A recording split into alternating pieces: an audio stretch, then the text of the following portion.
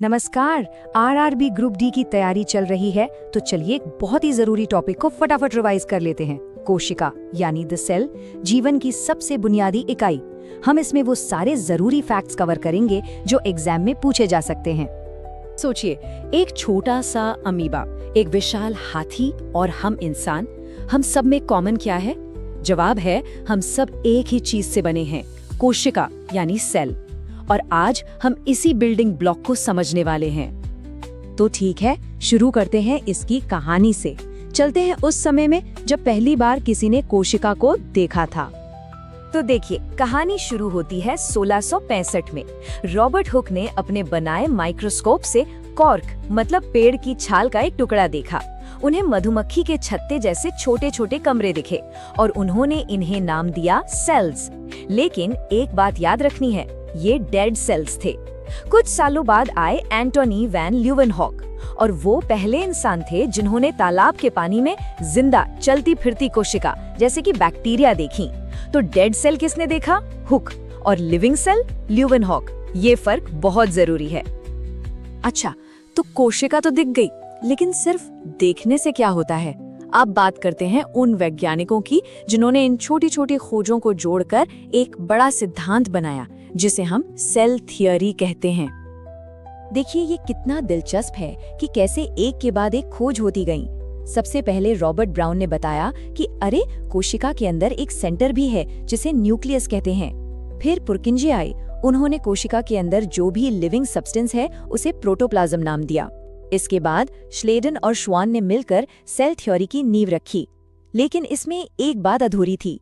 वो बात पूरी की रूडोल्फ वर्चो ने, जब उन्होंने कहा कि सारी कोशिकाएं पहले से मौजूद कोशिकाओं से ही बनती हैं। ये लाइन बहुत ही ज्यादा इंपॉर्टेंट है। तो कुल मिलाके आज की मॉडर्न सेल थ्योरी के दो मेन पॉइंट्स हैं। पहला, दुनिया में जितने भी जिंदा जीव हैं, चाहे पौधे हों या जानवर, सब कोशिकाओं से बने हैं। और दूसरा, कोई भी नई कोशिका जादू से नहीं बनती, वो हमेशा किसी पुरानी कोशिका के बंटने से ही बनती है। अब यहाँ एक बहुत बड़ा सवाल आता है जो एग्जाम में भी आता है। इसका अपवाद क्या है? कौन है जो इस थ्योरी को फॉलो नहीं करता? वो है वायरस। अब बात करते हैं कोशिका के गेटकीपर की, मतलब उसकी बाउंड्री की। हर कोशिका के चारों ओर एक झिल्ली होती है जिसे प्लाज्मा झिल्ली कहते हैं। ये तय करती है कि कौन सी चीज अंदर आएगी और कौन सी बाहर जाएगी। चलिए देखते हैं ये काम कैसे होता है। पहला तरीका है विसरण या डिफ्यूजन। ये बहुत ही सिंपल प्रोसेस है। इसमें कोई एनर्जी नहीं लगती। सोचिए, जब कोई चीज ज्यादा कंसंट्रेशन वाली जगह से कम कंसंट्रेशन वाली जगह की तरफ अपने आप चली जाए, उसे डिफ्यूजन कहते हैं। जैसे कोशिका के अंदर CO2 ज्यादा हो गई तो वो बाहर चली जाएगी, और बाहर ऑक्सीजन ज्यादा है तो वो अंदर आ जाएगी। बस इतना ही है। दूसरा तरीका है परासरण यानी ऑस्मोसिस। ये डिफ्यूजन का ही एक स्पेशल केस है जो सिर्फ पानी के लिए होता है। मतलब जब पानी एक सेमी परमिएबल मेम्ब्रेन के आर पार जाता है तो उसे ऑस्मोसिस कहते हैं। और पानी किधर जाता है? हमेशा उस तरफ जहां घुली हुई चीजें मतलब सॉल्यूट्स ज्यादा हों। अब इसको 3 सिचुएशंस में समझते हैं। पहली है हाइपोटोनिक सॉल्यूशन। इसका मतलब है कि कोशिका के बाहर पानी ज्यादा है और घुली हुई चीजें कम है। तो क्या होगा? जाहिर है पानी कोशिका के अंदर भागेगा और कोशिका फूल जाएगी, बिल्कुल वैसे ही जैसे किशमिश को पानी में डालने पर वो फूल जाती है। दूसरी सिचुएशन है आइसोटोनिक सॉल्यूशन। आइसो का मतलब होता है बराबर। तो यहाँ कोशिका के अंदर और बाहर दोनों तरफ पानी और सोल्यूट्स का कंसंट्रेशन बराबर है। इसलिए जितना पानी अंदर आता है उतना ही बाहर चला जाता है। मतलब सेल के साइज में कोई फर्क नहीं पड़ता, वो स्टेबल रहती है। और तीसरी सिचुएशन है हाइपरटोनिक सॉल्यूशन। हाइपर मतलब ज्यादा। यहाँ कोशिका के बाहर सॉल्यूट्स बहुत ज्यादा हैं, जैसे कि बहुत ज्यादा नमक वाला पानी। तो अब पानी कोशिका के अंदर से बाहर की तरफ भागेगा और कोशिका बेचारी सिकुड़ जाएगी, श्रिंक हो जाएगी। चलिए अब आते हैं एक और बहुत ही जरूरी टॉपिक पर जहां से सवाल बनते ही बनते हैं। ये है कोशिकाओं का सबसे बड़ा बंटवारा, प्रोकैरियोट्स और यूकैरियोट्स। इन दोनों में जो सबसे बड़ा फंडामेंटल फर्क है वो है न्यूक्लियस का। यूकैरियोटिक सेल्स में एक वेल डिफाइंड झिल्ली वाला न्यूक्लियस होता है जिसके अंदर जेनेटिक मटेरियल सुरक्षित रहता है। साथ ही इसमें माइटोकॉन्ड्रिया, गोल्जी जैसे दूसरे मेम्ब्रेन बाउंड ऑर्गेनेल्स भी होते हैं। ये एडवांस सेल्स हैं जैसे पौधों और जानवरों में। वहीं दूसरी तरफ प्रोकैरियोटिक सेल्स बहुत ही प्रिमिटिव, बहुत ही सरल होते हैं। इनमें कोई असली न्यूक्लियस नहीं होता। इनका जेनेटिक मटेरियल बस ऐसे ही कोशिका में एक जगह पड़ा रहता है, जिसे न्यूक्लियोइड कहते हैं। इसका बेस्ट एग्जाम्पल है बैक्टीरिया। चलिए अब कुछ क्विक फायर फैक्ट्स देख लेते हैं जो एग्जाम के लिए सीधे सीधे इम्पोर्टेंट है, एकदम लास्ट मिनट रिवीजन के लिए। सबसे पहले वायरस। हमने बात की थी कि ये सेल थ्योरी का अपवाद है। क्यों? क्योंकि ये न तो पूरी तरह जिंदा है, न ही पूरी तरह नॉन लिविंग। ये तो लिविंग और नॉन लिविंग के बीच की एक कड़ी है।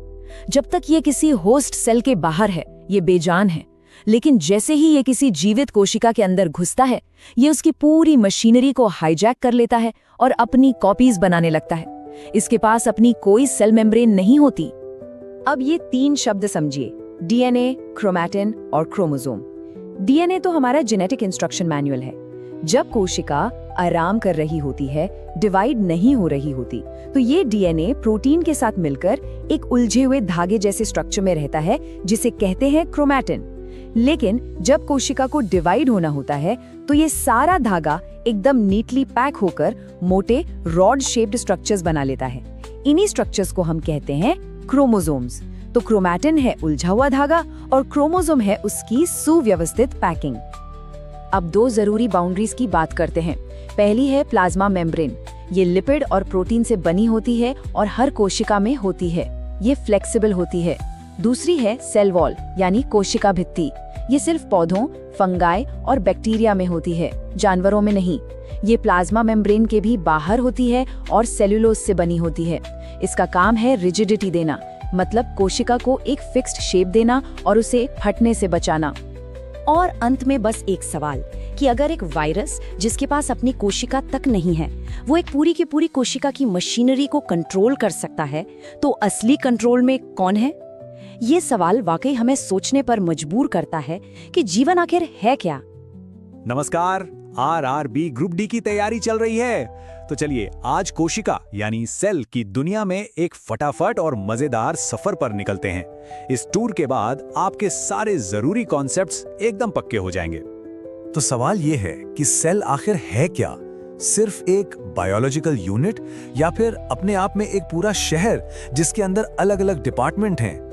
चलिए इसी आइडिया को लेकर आगे बढ़ते हैं और कोशिका को एक चलते फिरते हलचल वाले शहर की तरह देखते हैं। हम इसके सबसे जरूरी विभागों का दौरा करेंगे और समझेंगे कि कौन क्या काम करता है। तो हमारी पहली मंजिल है शहर का इंडस्ट्रियल एरिया। सोचिए, ये वो जगह है जहां सब कुछ बनता है, जहां से पूरे शहर को चलाने के लिए जरूरी सामान तैयार होता है और फिर भेजा जाता है। अच्छा, तो इसे खुरदुरी या रफ क्यों कहते हैं? क्योंकि इसकी सतह पर ना राइबोसोम चिपके होते हैं। समझिए, ये छोटी छोटी प्रोटीन बनाने वाली फैक्ट्रियां हैं। लेकिन इसका एक जुड़वा भाई भी है जो बिल्कुल चिकना है। देखते हैं वो क्या कमाल करता है। तो एग्जाम के लिए ये अंतर गांठ बांध लीजिए। RER यानी रफ वाला बनाता है प्रोटीन, मतलब शहर की इमारतें बनाने के लिए ईंटें, और SCR यानी स्मूथ वाला बनाता है लिपिड और फैट, मतलब शहर की मशीनरी के लिए तेल और ग्रीस। और हाँ, एक और सुपर पावर है SCR के पास। लिवर के अंदर ये एक डिटॉक्स स्पेशलिस्ट का काम करता है, जहरीली चीजों को बाहर निकालता है। तो देखिए पूरी की पूरी प्रोडक्शन लाइन कितनी व्यवस्थित है। ER में माल बना, फिर उसे भेजा गया गोल्जी उपकरण के पास, जो शहर का पोस्ट ऑफिस या कुरियर सर्विस है। ये सामान को पैक करता है, उस पर सही एड्रेस का टैग लगाता है और फिर उसे अपनी सही मंजिल पर रवाना कर देता है। ठीक है, प्रोडक्शन तो हो गया, लेकिन किसी भी शहर को, किसी भी फैक्ट्री को चलाने के लिए क्या चाहिए? बिजली। तो चलिए अब चलते हैं कोशिका के पावर सेक्टर में, जो सच में किसी अजूबे से कम नहीं है। और ये रहा शहर का पावर हाउस, माइटोकॉन्ड्रिया। ये एक प्रक्रिया करता है जिसे कोशिकीय श्वसन कहते हैं और बनाता है ATP। ATP समझिए इस शहर की करेंसी है, एनर्जी करेंसी। इसी से कोशिका के सारे काम होते हैं। अब ये जो अंदर मुड़ी हुई बनावट दिख रही है, ये सिर्फ डिजाइन के लिए नहीं है, ये तो कमाल की इंजीनियरिंग है। इन मोड़ों की वजह से सरफेस एरिया यानी सतह का क्षेत्रफल बढ़ जाता है। जितनी ज्यादा जगह, उतनी ज्यादा केमिकल रिएक्शन और उतना ही ज्यादा एनर्जी प्रोडक्शन, मतलब कम जगह में ज्यादा काम। अगर माइटोकॉन्ड्रिया शहर के पावर प्लांट है तो क्लोरोप्लास्ट हैं शहर के सोलर फार्म्स। और ये सोलर फार्म्स सिर्फ और सिर्फ पौधों की कोशिकाओं में ही मिलते हैं। यही वो जगह है जहां सूरज की रोशनी से खाना बनता है। अब यहाँ एक बहुत ही मजेदार और जरूरी बात आती है जो परीक्षा में पूछी जा सकती है। माइटोकॉन्ड्रिया और लवक ये दोनों कोशिका के अंदर अपनी अलग सरकार चलाते हैं। क्यों? क्योंकि इन दोनों के पास अपना खुद का डीएनए और खुद के राइबोसोम होते हैं। मतलब इन्हें अपने कुछ प्रोटीन बनाने के लिए किसी से पूछने की जरूरत नहीं, ये आत्मनिर्भर हैं। अच्छा, शहर में प्रोडक्शन हो रहा है, एनर्जी बन रही है, पर शहर में जो कचरा निकलता है या जो सामान स्टोर करना होता है उसका क्या? उसके लिए भी एक सिस्टम है। चलिए सिविक सर्विसेज को देखते हैं। यह है शहर के सफाई कर्मचारी और रिसाइकलिंग डिपार्टमेंट।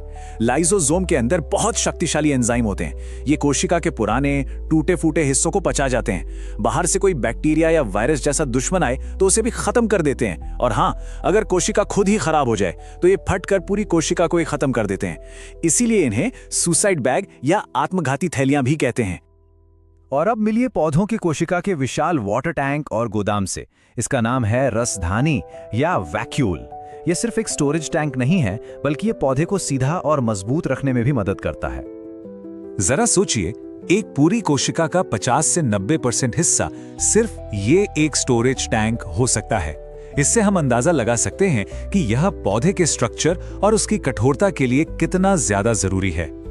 कोई भी शहर हमेशा एक जैसा नहीं रहता, उसे बढ़ना होता है, पुरानी इमारतों की मरम्मत करनी होती है। तो अब देखते हैं कि कोशिकाएं खुद को डिवाइड करके अपनी संख्या कैसे बढ़ाती हैं, यानी शहर का विस्तार कैसे होता है। ठीक है, तो इसको बहुत सिंपल तरीके से समझते हैं। माइटोसिस यानी सूत्री विभाजन, यह है जेरोक्स मशीन। इसका काम है ग्रोथ और रिपेयर के लिए हूबहू कॉपी बनाना, एक सेल से दो बिल्कुल एक जैसी। दूसरी तरफ है मियोसिस, अर्धसूत्री विभाजन। ये जेरोक्स मशीन नहीं बल्कि एक मिक्सर ग्राइंडर है। इसका काम है रिप्रोडक्शन के लिए एकदम यूनिक सेल बनाना, जिसमें क्रोमोसोम की संख्या आधी हो जाती है।